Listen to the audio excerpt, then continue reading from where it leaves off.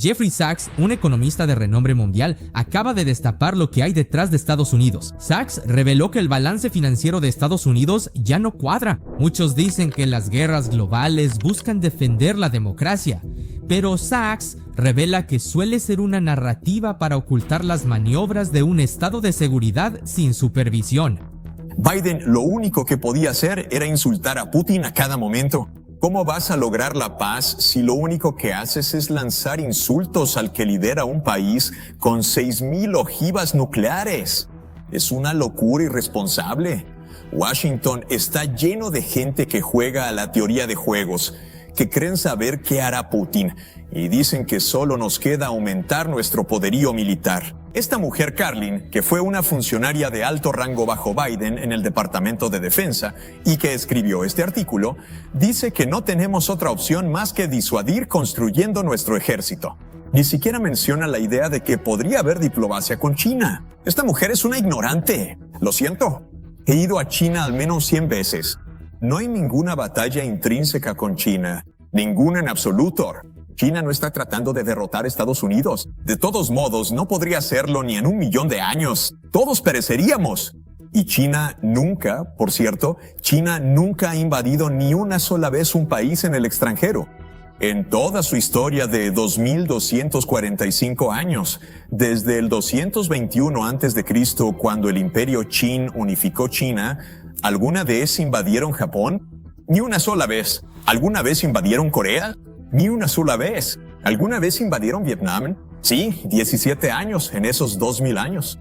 En realidad, 17 años y un mes, de 1420 a 1436 y luego un mes en 1979. Y Estados Unidos, nosotros nunca hemos estado en paz. Todo lo que hacemos es guerra. ¿Y sabes cuál es la verdad? Lo aprendimos de aquí. Porque el Imperio Británico era la sociedad más militarizada que uno puede imaginar. Y desafortunadamente, los líderes de este país, y resulta que no importa de qué partido sean, porque Starmer es tan malo como Boris Johnson, lo único que conocen es lo militar. Es increíble.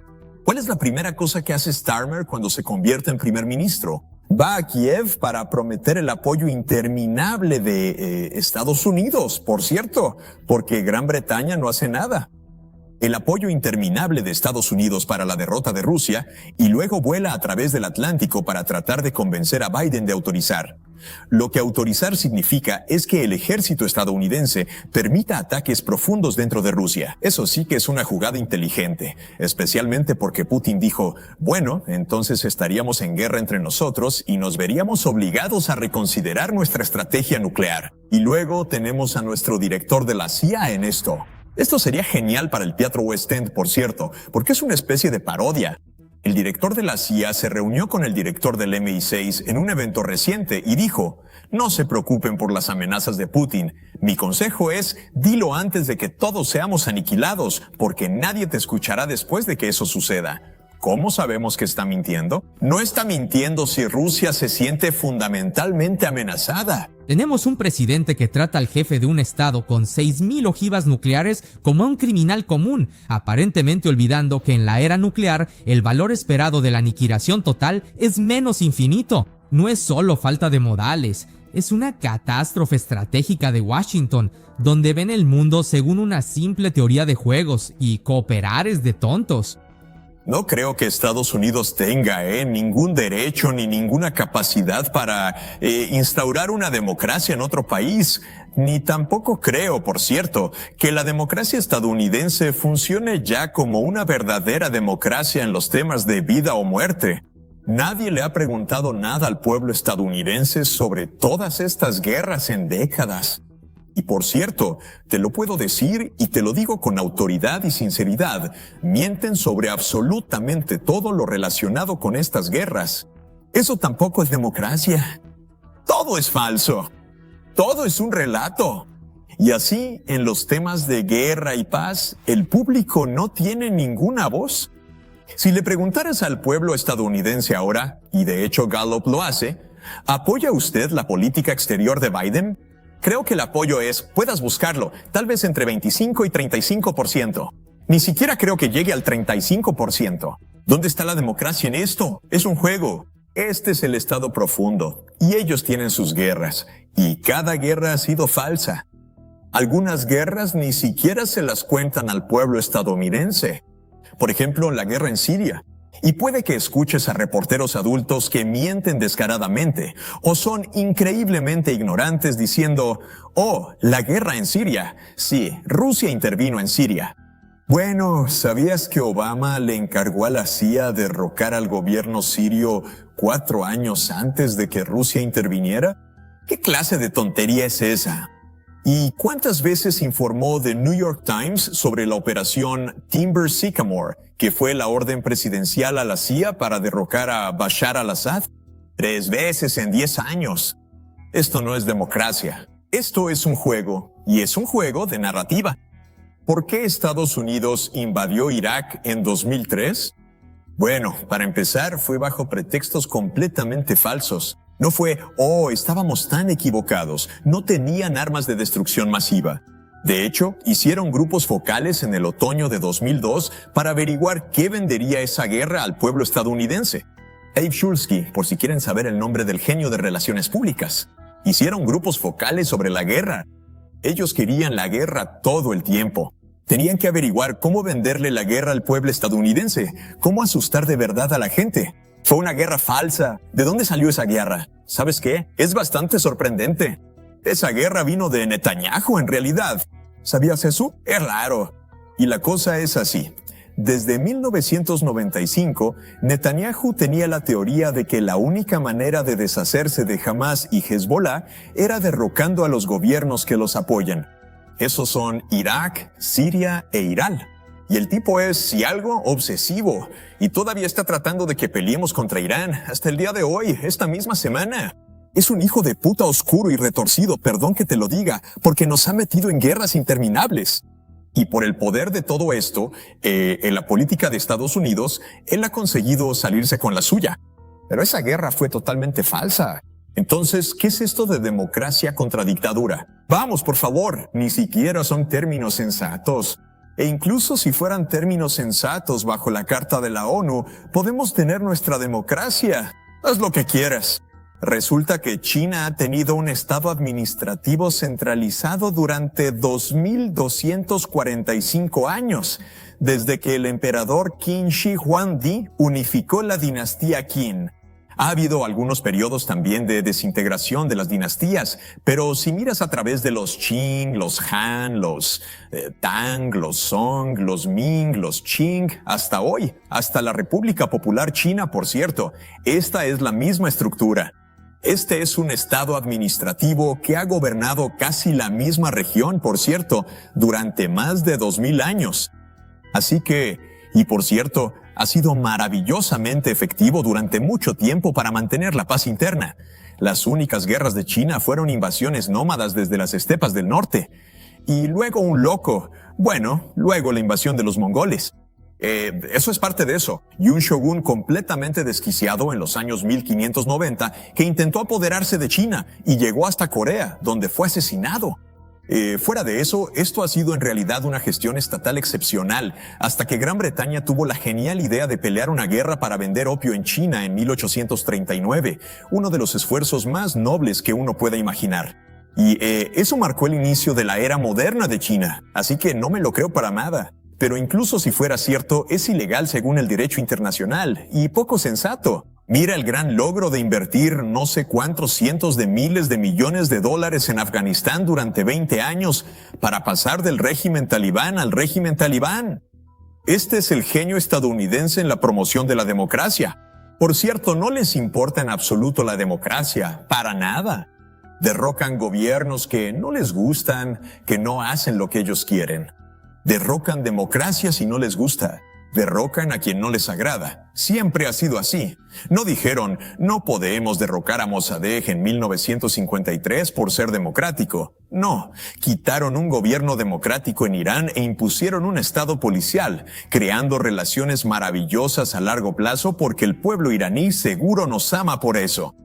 Así que esto no tiene nada que ver con la democracia. Esto es un juego. Y es un juego terrible. Y es un juego secreto. Y lo juega la CIA, que es la agencia más importante de Estados Unidos.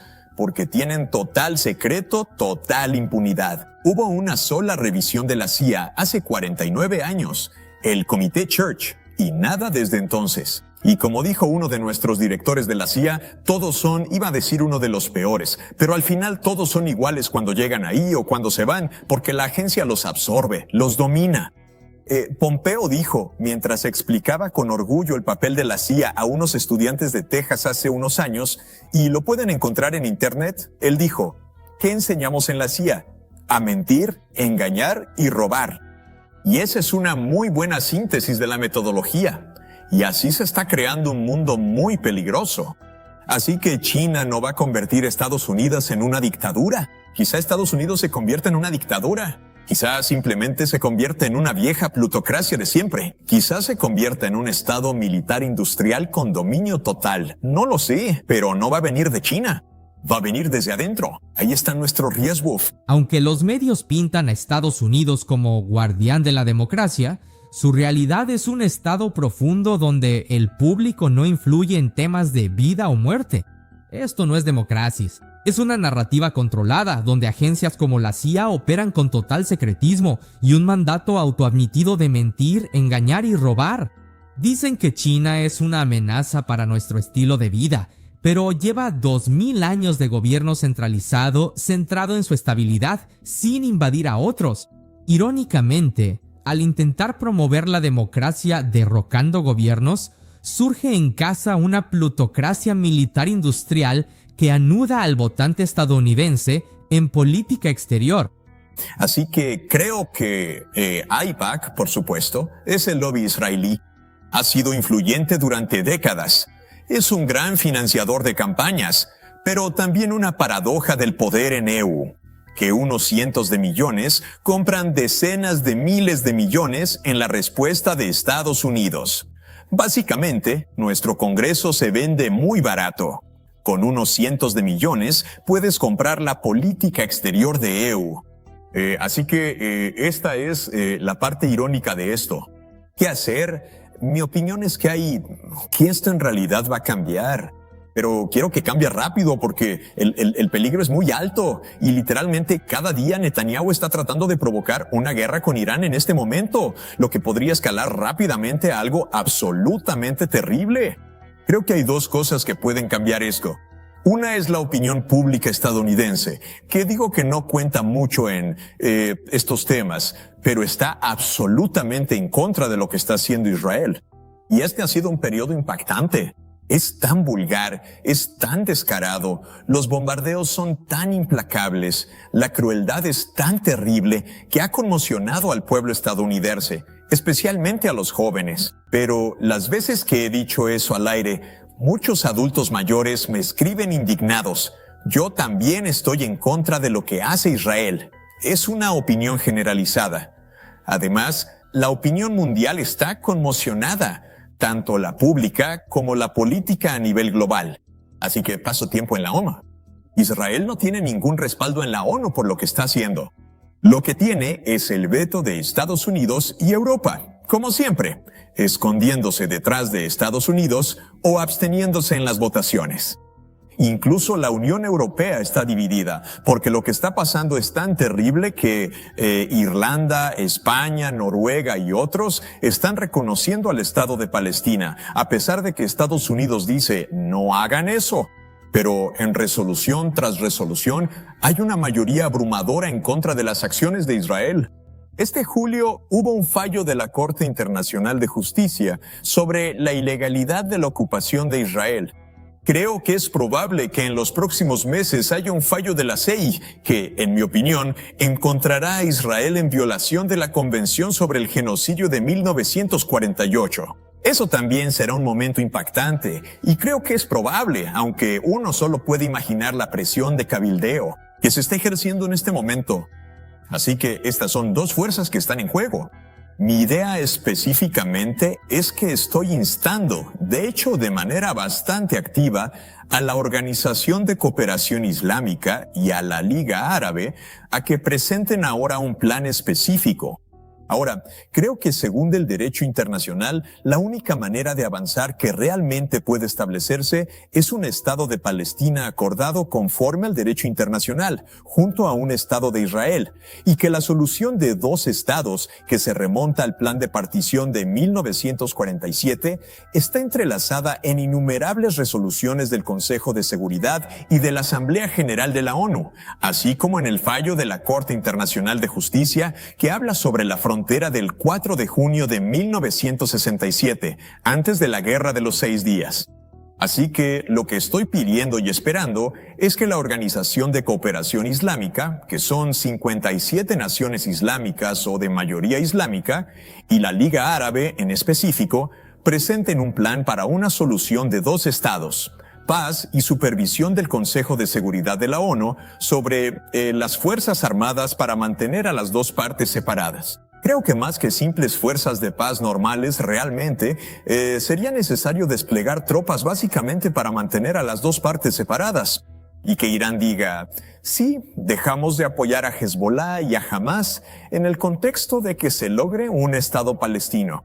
Y que Estados Unidos diga, levantamos las sanciones contra Irán en ese mismo momento. Así que juntamos todas las piezas y decimos, ¡voilá! Esto es algo que beneficia a todos por igual. En mi opinión, los únicos que se oponen a esto son los extremistas en Israel representados por Netanyahu, Smotrich, Ben-Gvir y los demás extremistas en este gobierno absolutamente detestable y genocida que está en el poder en Israel en este momento. Y simplemente está a un solo voto de distancia, en mi estimación, que es el veto de Estados Unidos. Y creo que si el aparato de seguridad en Estados Unidos analiza esto de manera honesta y desapasionada, si el pueblo estadounidense entiende en cuántas guerras Netanyahu ha metido al pueblo estadounidense y qué desastre ha sido esto, en realidad es posible cambiar. No es algo seguro de ninguna manera, pero quiero que el resto del mundo le diga a Estados Unidos, tú, no Israel, tú eres el obstáculo para la paz, el único obstáculo que queda, porque no necesitamos la aprobación de Israel para esto. ¿Por qué Israel debería tener un veto sobre un Estado de Palestina? Por supuesto que no tiene veto según el derecho internacional. Eres tú, Estados Unidos, quien está usando el veto. Y quiero que el mundo lo diga claramente, con un plan, y que pueda decirle al pueblo israelí, esto no se trata de poner en riesgo su seguridad, en realidad se trata de su seguridad de la manera más fundamental. El veredicto es que la era del privilegio exorbitante, donde una nación imprime dinero para financiar su complejo militar, está llegando a su fin. Al ignorar las líneas rojas de otras potencias y provocar conflictos en Ucrania y Taiwán, no mostramos fortaleza, sino la desesperación de una hegemonía que cae. Si no pasamos del dominio militar a la cooperación global, nos arriesgamos a una corrección definitiva, un conflicto irreversible.